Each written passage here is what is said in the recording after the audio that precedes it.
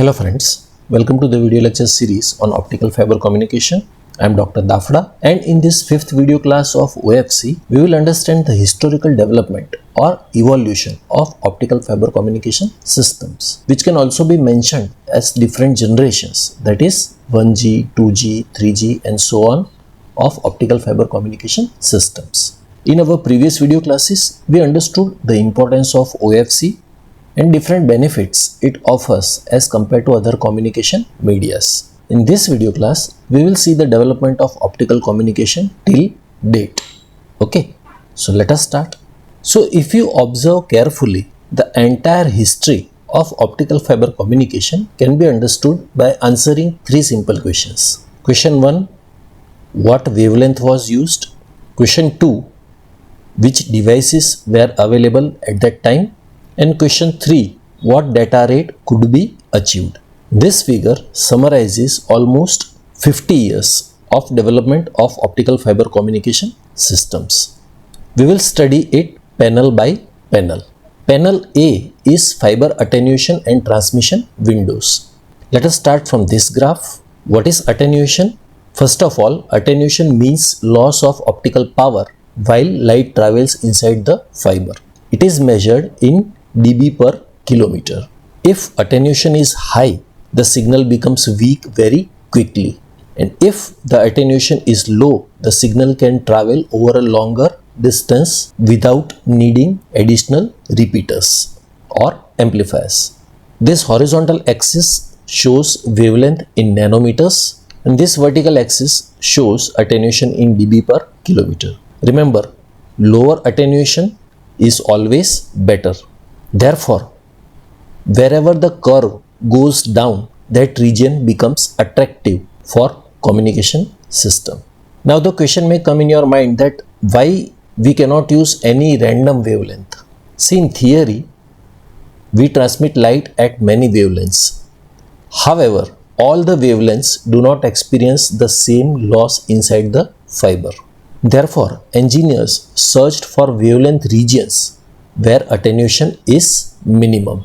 The first window is at 850 nanometer.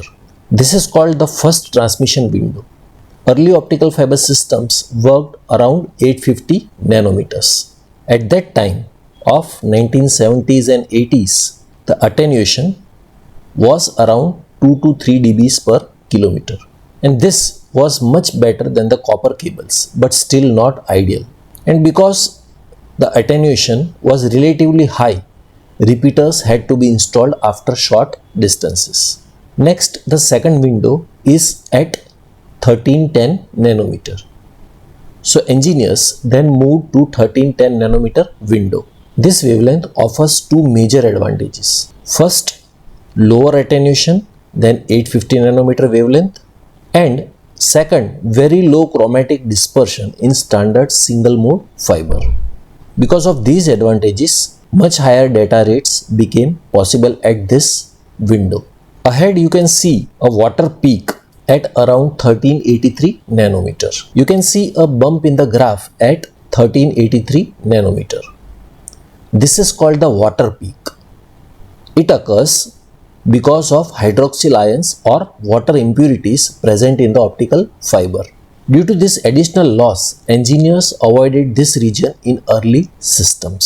The third window occurs at 1550 nanometer wavelength. This is the most important transmission window.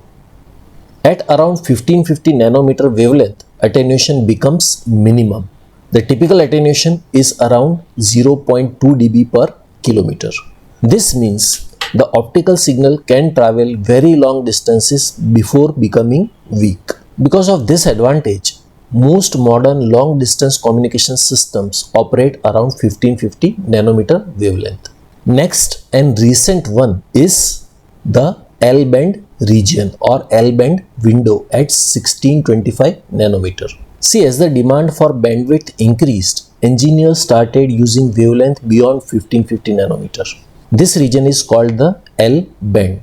Today, both C-band and L-band are widely used in high capacity communication systems. So the first lesson from this graph is the history of optical communication is largely the story of moving from 850 nanometer to 1310 nanometer to 1550 nanometer. Why?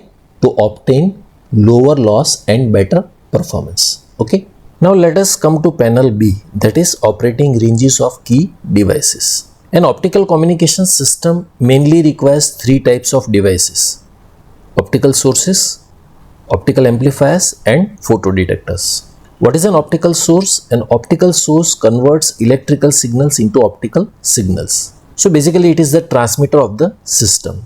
In first generation systems, gallium arsenide and gallium aluminum arsenide LEDs and lasers were used. These devices operated near 850 nanometer wavelength. As the communication moved towards 1310 nanometer wavelength, indium gallium arsenide phosphide lasers became popular. These lasers provided higher performance and were suitable for single mode fiber systems. In modern systems, we use DFB lasers, EMLs and tunable lasers. These provide stable wavelength, higher power, higher speed and better performance for long distance communication systems. Next are optical amplifiers. Why amplifiers are needed? As the optical signal travels, its power decreases. Amplifiers increase the signal strength. Semiconductor optical amplifiers or SOAs were among the early optical amplifiers. They can amplify light directly. Next, erbium doped fiber amplifier or EDFA is one of the most revolutionary inventions in optical communications. It amplifies optical signals directly without converting them into electrical form. This greatly increased transmission distance and reduced system complexity. Later, Raman amplifiers were introduced. They provided additional gain and are often used together with EDFAs in long haul systems or long distance systems. Next are photodetectors. What is a photodetector? A photodetector converts optical signals back into electrical signals. So basically it acts as the receivers. Silicon PIN diode or avalanche photodiode works well near 850 nanometer wavelength. Therefore they were used for the first generation systems. Later, germanium pin diodes or avalanche photodiodes detectors were used, which can operate over a wider wavelength range. They were used in many early single mode fiber systems. Today, indium gallium arsenide detectors are most commonly used detectors for 1310 nanometer and 1550 nanometer systems. They provide high sensitivity, high speed and good performance. So, as the operating wavelength changed, the optical sources, optical amplifiers and detector technologies also evolved. Next, let us move to panel C and understand the historical evolution of optical fiber communication system generation by generation. The first generation or 1G system was from the period 1975 to 1984. It used the wavelength of 850 nanometer. And in technology, it used multimode fiber, LEDs and lasers, and silicon detectors. The data rate for this first generation system was ranging from 45 to 140 Mbps. And this was the beginning of practical optical communication. And compared to copper cables, this was a major achievement. The 2G optical communication system was in between 1984 to 1990, which used a wavelength of 1310 nanometer, and in technology it used single mode fibers and indium gallium arsenide phosphide lasers. The data rate available for this 2G system was from 1 to 2 Gbps. So moving to 1310 nanometer reduced attenuation and dispersion, and as a result transmission distance and data rate increased significantly. The 3G system was in between 1990 to 1995, which used a wavelength of 1550 nanometer, and it used a single mode low loss fiber and DFB lasers. The data rate provided in this 3G system was from 2.5 to 10 Gbps, and this generation exploited the minimum loss region of the fiber, and here the long distance communication became much more practical. The 4G was in between 1995 to 2005. In this, the major innovation was EDFA and WDM systems. The data rate provided by these 4G systems are in between 100 Gbps to 1 Tbps, and this generation introduced optical amplification and wavelength division multiplexing. So instead of sending only one signal many wavelengths could be transmitted simultaneously. For example, imagine a highway. Earlier, there was only one lane. WDM created many lanes. More lanes means more traffic. Similarly, more wavelengths means more data. Okay. Next came the 5G systems in between 2005 to 2020. The major technologies that evolved are DWDM, coherent detection, and advanced DSP. The data rate increased up to 10 to 100 Tbps. See, DWDM means dense wavelength division multiplexing. Now wavelengths are placed very close together, and this dramatically increases fiber capacity. And currently we can say it is the 6G and beyond. The period is 2020 onwards. The major technologies are SDM, multi-core fiber, few mode fiber, and elastic optical networks. The capacity has now increased up to 100 Tbps to 1 Pbps, and of course beyond that also. Engineers are now trying to use multiple spatial paths inside a fiber.